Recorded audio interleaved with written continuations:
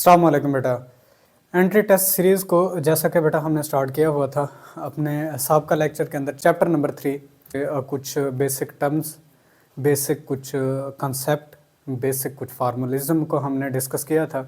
क्या है कि शॉर्ट ट्रिक्स उन टॉपिक से मुतालिक अगर आपने इस्तेमाल करनी हो एंट्री टेस्ट के अंदर तो वो कैसे आपने इस्तेमाल करनी है, और कंडीशंस भी हमने डिस्कस की थी। आज उसी ही सीरीज़ को आगे कंटिन्यू करना है अपने इस लेक्चर के अंदर। चैप्टर नंबर 3 के मोशन एंड फोर्स में से टॉपिक हमने बेटा लीनियर एक्सेलरेशन का आज देखना है। Acceleration change in velocity per unit time, जिसको आप डिफाइन करते थे, एक आपके पास वेक्टर मिकदार है।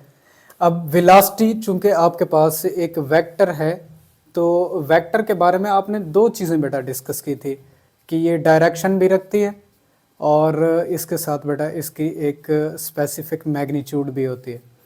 अब वेक्टर के बारे में हम बारहा अपने लेक्चर्स के अंदर ये बात डिस्कस करते रहे कि आइदर या तो उसकी डायरेक्शन तब्दील हो या फिर उसकी मैग्नीट्यूड तब्दील हो तो वेक्टर ही बदल जाता है। किसी एक में तब्दीली हो जाए वेक्टर ही तब्दील हो जाएगा, अगर दोनों तब्दील हो रही हैं फिर भी वेक्टर तब्दील होगा।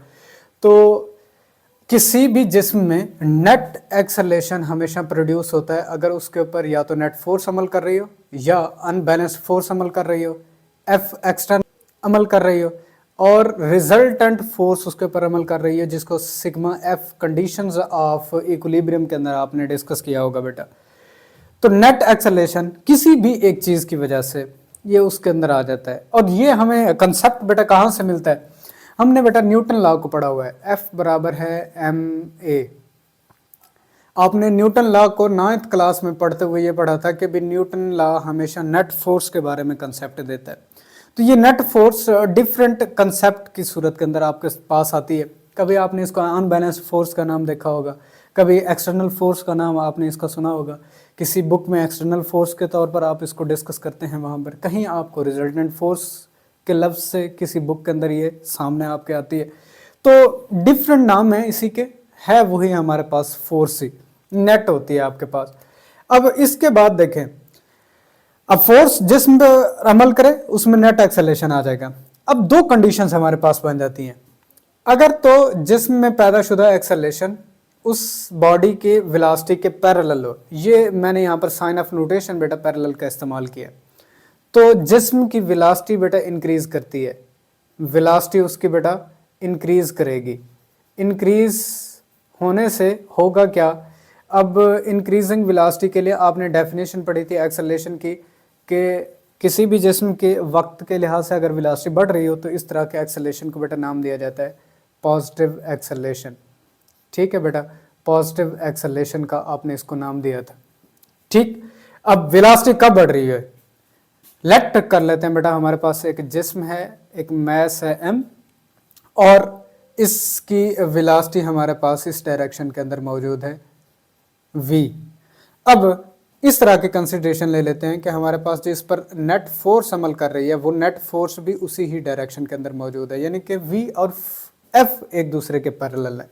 क्या कंडीशन है बेटा कि v यानी कि वेलोसिटी हमेशा फोर्स के पैरेलल हो, तो फोर्स की ही डायरेक्शन में एक्सेलरेशन प्रोड्यूस होता है। ये हमें सेकंड लॉ इन्फॉर्मेशन देता है। तो इसका मतलब जिस डायरेक्शन में फोर्स मौजूद है इसी ही डायरेक्शन में जिसमें एक्सेलरेशन प्रोड्यूस होगा। तो वेलोसिटी और एक्सेलरेशन आपस में पैरेलल हो जाते हैं। यूं अगर उसी ही सिमत में जिस सिमत में वेलोसिटी मौजूद है, अगर दोनों की डायरेक्शन सेम है तो हमेशा मास की वेलोसिटी इंक्रीज करती है, और इस तरह के एक्सेलरेशन को पॉजिटिव एक्सेलरेशन का नाम दिया जाता है। दूसरी कंडीशन हमारे पास आ जाती है कि किसी भी जिस्म में पैदाशुदा नेट एक्सेलरेशन उसकी वेलोसिटी के एंटी पैरेलल हो, तो उस वक्त होगा क्या बेटा, उसकी वेलोसिटी डिक्रीज होती है। वेलोसिटी डिक्रीज हो जाने की वजह से एक्सेलरेशन की बेटा क्या डेफिनेशन पड़ी थी कि एक्सेलरेशन आपके पास डिक्रीजिंग होता है। एक्सेलरेशन डिक्रीज हो रहा हो तो आपने इस तरह के एक्सेलरेशन को एक बेटा नाम दिया था रिटार्डेशन। रिटार्डेशन एक और नाम भी बेटा इसका आप प्रोनाउंस करते थे कि इसको कहते थे आप डिसलरेशन। डिसलरेशन इसको आप कहते थे। अब इसमें आपके पास साइन ऑफ नोटेशन किस तरह के रहते हैं? आप फर्ज कर लें ये आपके पास एक मैस है m, और ये इस डायरेक्शन में वेलोसिटी v के साथ मूव कर रहा है, जबकि इसके ऊपर जो फोर्स है वो अपोजिट डायरेक्शन में अमल कर रही है। मतलब एक गाड़ी आ रही है, आप उसको सामने से रोकने की कोशिश करते हैं, वेलोसिटी उसकी इस डायरेक्शन में, आप उसके ऊपर मुखालिफ फोर्स अमल करते हैं तो फोर्स की ही डायरेक्शन में एक्सेलरेशन होता है। तो वेलोसिटी और एक्सेलरेशन एक दूसरे के अगर अपोजिट हो जाए तब हमारे पास उसकी वेलोसिटी डिक्रीज होती जाएगी, गाड़ी की वेलोसिटी डिक्रीज होगी और डिक्रीजिंग वेलोसिटी के लिए एक्सेलरेशन रिटार्डेशन के तौर पर सामने आता है।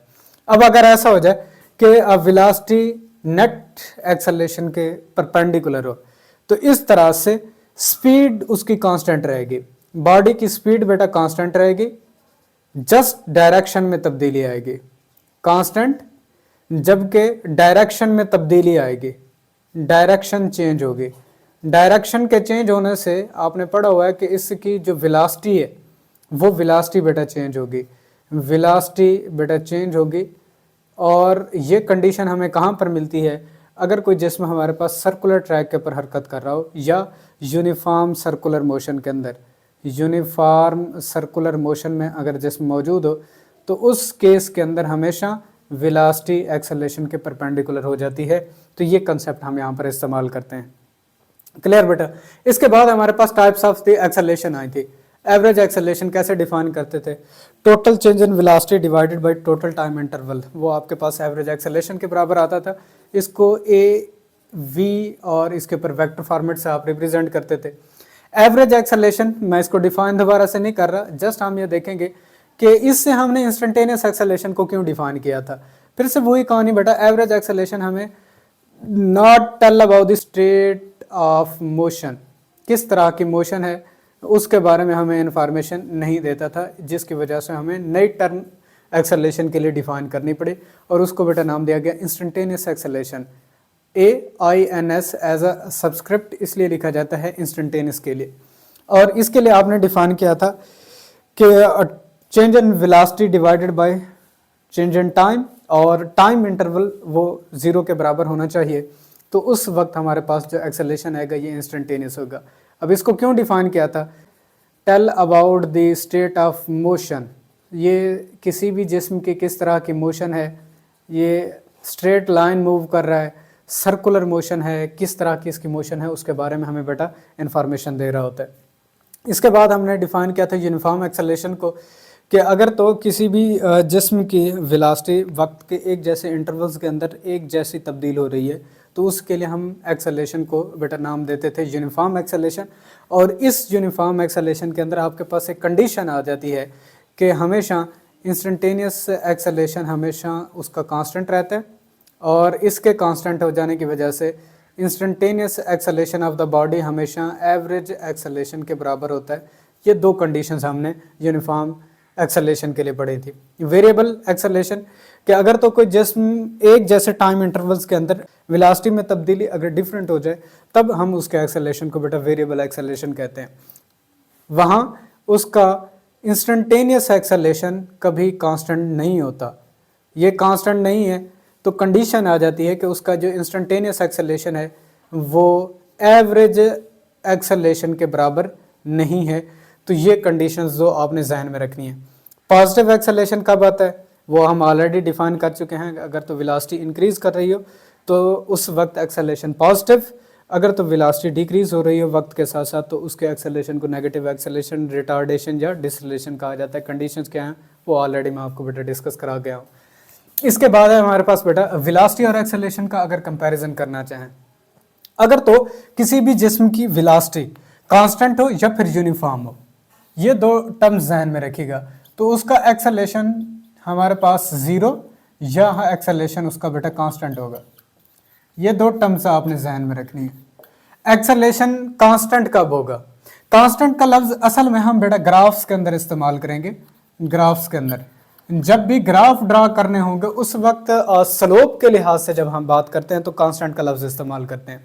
अगर तो मैथमेटिकल तौर पर देखा जाए वेलोसिटी कांस्टेंट यानी कि वेलोसिटी में कोई तब्दीली नहीं आ रही, ठीक है बेटा, यूनिफॉर्म है, एक जैसी है, उसमें कोई तब्दीली नहीं है, तो आपने एक्सेलरेशन को अभी डिफाइन किया है कि एक्सेलरेशन आपके पास होता है change in velocity divided by time. अब वेलोसिटी कांस्टेंट है, यूनिफॉर्म है, एक जैसी है, तब्दील नहीं हो रही, तो एक्सेलरेशन बेटा आपके पास 0 हो जाता है। ये टर्म आपने इस्तेमाल करनी है। तो जीरो आप मैथमेटिकली तौर पर यानी कि इसके इस मैथमेटिकल रिलेशन के अंदर इसकी वैल्यू को रिप्लेस करके, जबकि जो कांस्टेंट का अमूमन लफ्ज इस्तेमाल किया जाता है वो स्लोप के लिहाज से, ग्राफ में चूंकि हम इसको डिस्कस करते हैं ग्राफ के लिहाज से इसका ये लफ्ज ये टर्म इस्तेमाल किया जा रहा होता है। अब अगर तो ये है कि किसी भी एक बॉडी की वेलोसिटी यूनिफॉर्मली चेंज हो रही हो, तो चेंजिंग वेलोसिटी की वजह से ऑलरेडी उसका एक्सेलरेशन वो भी यूनिफॉर्मली होगा, यूनिफॉर्मली चेंजिंग, ठीक है बेटा। तो एक्सेलरेशन भी उसका यूनिफॉर्म होगा। इसके बाद अगर इसी ही बदलती हुई वेलोसिटी के लिए वेलोसिटी अगर इंक्रीज हो रही है तो एक्सेलरेशन यूनिफॉर्मली इंक्रीजिंग होगा, यूनिफॉर्मली इंक्रीजिंग होगा। ये कंडीशन ध्यान में रखिएगा क्योंकि अक्सर एमसीक्यूज बनाता है इसकी, ठीक है बेटा। वेलोसिटी यूनिफॉर्मली इंक्रीज हो रही है तो एक्सेलरेशन भी यूनिफॉर्मली इंक्रीज होगा वक्त के साथ साथ। अगर तो वेलोसिटी डिक्रीज हो रही है uniformly with respect to time, तो उस वक्त जो उसका एक्सेलरेशन होगा बेटा वो भी यूनिफॉर्मली डिक्रीजिंग होगा, यूनिफॉर्मली डिक्रीजिंग, डिक्रीज कर रहा होगा एक खास टाइम इंटरवल के बाद। अब अगर v is non uniformly changes, एक जैसी नहीं तब्दील हो रही बल्कि अचानक से कभी कुछ तब्दील हो जाती है, कभी कुछ वेलोसिटी में तब्दीली आ जाती है, कभी कुछ एक जैसा उनके अंदर जो चेंज है वो नहीं है, तो एक्सेलरेशन भी is not uniformly, acceleration is not uniform, acceleration भी यूनिफॉर्म नहीं होगा बेटा, चेंजिंग ही होगा। ये कंडीशंस आपने बेटा जहन में रखनी है। इसके बाद चेंज इन वेलोसिटी और अगर एक्सेलरेशन के दरमियान में कंसेप्ट को देखा जाए कि वेलोसिटी तब्दील हो रही हो फिर एक्सेलरेशन के साथ अगर उसका कंपैरिजन बनाया जाए तो उस वक्त क्या होगा। अगर तो चेंज इन वेलोसिटी कांस्टेंट हो, वेलोसिटी तो तब्दील हो रही है, ठीक है, चेंज है ना, तब्दीली तो है, तो इसके लिए बेटा जो टर्म हम इस्तेमाल करते हैं एक्सेलरेशन इज कांस्टेंट, कांस्टेंट होगा, या फिर इसके बाद एक लफ्ज इसके लिए इस्तेमाल किया जाता है यूनिफॉर्म का, ठीक है बेटा। एक्सेलरेशन भी यूनिफॉर्म या कांस्टेंट होगा। If change in velocity is uniformly changes, एक जैसी वेलोसिटी में तब्दीली आ रही है तो उस वक्त बेटा एक्सेलरेशन यूनिफॉर्मली चेंज होगा, यूनिफॉर्मली चेंज होना शुरू हो जाएगा, बदलता हुआ एक्सेलरेशन हमें मिलेगा लेकिन टाइम इंटरवल में एक जैसा तब्दील हो रहा होगा, ठीक है बेटा। ये कंडीशन आती है हमारे पास एज एन एमसीक्यूज। इसके बाद एक और कंडीशन बेटा, if delta v change in velocity is uniformly increasing then acceleration is uniformly increasing, ठीक है बेटा, तो वो यूनिफॉर्मली भी इंक्रीज कर रहा होगा, क्लियर। अगर change in velocity uniformly decrease हो रही हो, एक्सेलरेशन इज यूनिफॉर्मली डिक्रीजिंग, ये एक्सेलरेशन भी बेटा ख़ास वक्त टाइम इंटरवल के बाद डिक्रीज होना शुरू हो जाएगा, डिक्रीजिंग हमें एक्सेलरेशन मिल रहा होगा, ठीक है बेटा। इसके बाद हमारे पास कुछ मूविंग बॉडी के ऊपर टर्म्स हमने इस्तेमाल करनी होती हैं। वो टर्म्स हमारे पास क्या हैं कि बेटा अगर कोई भी बॉडी मूव कर रहा हो तो उसके लिए जो पोजीशन वेक्टर है, ये लफ्ज़ जो मैंने यहाँ पर लिखा हुआ है बेटा पोजीशन वेक्टर। अब वेक्टर अगर तो मैग्नीट्यूड बदले या डायरेक्शन बदले तब्दील हो जाता है। अब हरकत करते हुए जिस्म के लिए हमेशा ये तब्दील होता रहेगा, ये चेंज होता है बेटा। आप बॉडी मूव कर रही है उसके डिस्टेंस को देखना चाहेंगे, ये भी बेटा चेंज होता है, हमेशा तब्दील हो रहा होता है। डिस्प्लेसमेंट को देखें तो डिस्प्लेसमेंट भी हमेशा बेटा उसका चेंज हो रहा होता है। वेलोसिटी हमारे पास कभी तब्दील हो रही होती है, कभी तब्दील नहीं हो रही होती। वो कंडीशन क्या है वो भी यहाँ पर डिस्कस कर लेते हैं। किसी भी एक मूविंग बॉडी के लिए कभी भी उसका डिस्टेंस जीरो नहीं होता। क्यों? क्योंकि अपनी पोजीशन तो वो तब्दील करेगा, कुछ ना कुछ पाथ तो उसने अडॉप्ट करना है। हरकत में है, जिसमें कोई भी एक बॉडी है वो मूव कर रहा है तो उसका डिस्टेंस जो होता है वो जीरो नहीं होता। और मूविंग बॉडी के लिए डिस्टेंस जीरो नहीं है तो कभी उसकी स्पीड भी जीरो नहीं होगी, ठीक है बेटा। एक्सेलरेशन उसका हो सकता है जीरो हो भी नहीं सकता कि ये जीरो ना हो। अब इसके लिए दो कंडीशंस हैं। अगर तो हमारे पास जिस्म ये यूनिफॉर्म सर्कुलर मोशन के अंदर मौजूद हो, यूनिफॉर्म सर्कुलर मोशन के अंदर जिस पॉइंट से उसने बेटा स्टार्ट की है मोशन दोबारा उसी जगह के ऊपर पहुंच जाए, तो इनिशियल पोजीशन भी यही है और फाइनल पोजीशन भी यही है। तो चेंज इन पोजीशन तो ना हुआ, चेंज इन पोजीशन नहीं है, तो इसका मतलब बेटा इसका डिस्प्लेसमेंट आपके पास जीरो हो जाएगा, क्योंकि डिस्प्लेसमेंट को आपने डिफाइन क्या किया था, चेंज इन पोजीशन। बात समझ आ गई बेटा। इसी तरह से अगर डिस्प्लेसमेंट जीरो है तो इस बॉडी के लिए उसकी वेलोसिटी आपके पास क्या हो जाएगी बेटा, जीरो। ठीक है, वेलोसिटी आपके पास जीरो हो जाएगी। इसी बॉडी के लिए देखें चेंज इन वेलोसिटी जीरो हो जाए आपके पास, तो इसका एक्सेलरेशन भी आपके पास जीरो हो जाएगा। क्लियर। अब ये टर्म्स आपने इस्तेमाल करनी है। अब एक्सेलरेशन इसके लिए जीरो हो गया, लेकिन इस तरह के जिस्म के लिए जो कि एक सर्कुलर ट्रैक के पर हरकत कर रहा होता है, इसके अंदर एक दूसरी तरह का एक्सेलरेशन पाया जाता है जो कि सेंट्रीपिटल फोर्स की वजह से होता है, जिसे सेंट्रीपिटल एक्सेलरेशन कहते हैं, वो मौजूद रहता है। अब एक और टर्म भी देखिए, हर लम्हे किसी भी पॉइंट के ऊपर देखें तो सर्कुलर मोशन में हमने इसको बेटा डिस्कस किया था कि चेंज इन पोजीशन, हमेशा डायरेक्शन ऑफ मोशन तब्दील हो रही होती है। यहाँ डायरेक्शन ऑफ मोशन ये रहेगी, यहाँ डायरेक्शन ऑफ मोशन ये, इस पॉइंट के ऊपर देखना चाहेंगे तो डायरेक्शन ऑफ मोशन ये, डायरेक्शन ऑफ मोशन तब्दील हो रही है। तो वेलोसिटी की टर्म चूंकि एक वेक्टर है तो हमेशा वो हर लम्हे तब्दील हो रही होगी।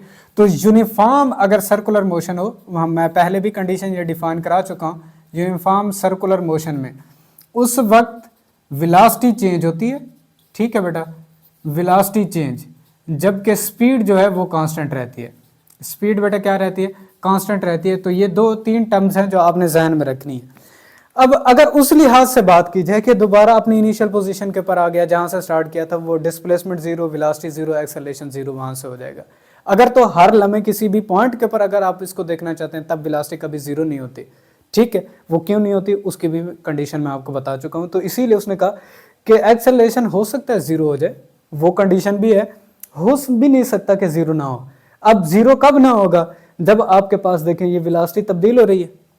अब वेलोसिटी डायरेक्शन की वजह से तब्दील हो रही है तो एक्सेलरेशन इसके पास रहेगा। तो ये थी कुछ बेसिक टर्म्स जो कंसेप्ट हमारे आगे फर्दर इस्तेमाल हो सकते हैं आपके चैप्टर नंबर 3 में से, मोशन एंड फोर्स, और उसका जो टॉपिक था आपका एक्सेलरेशन का।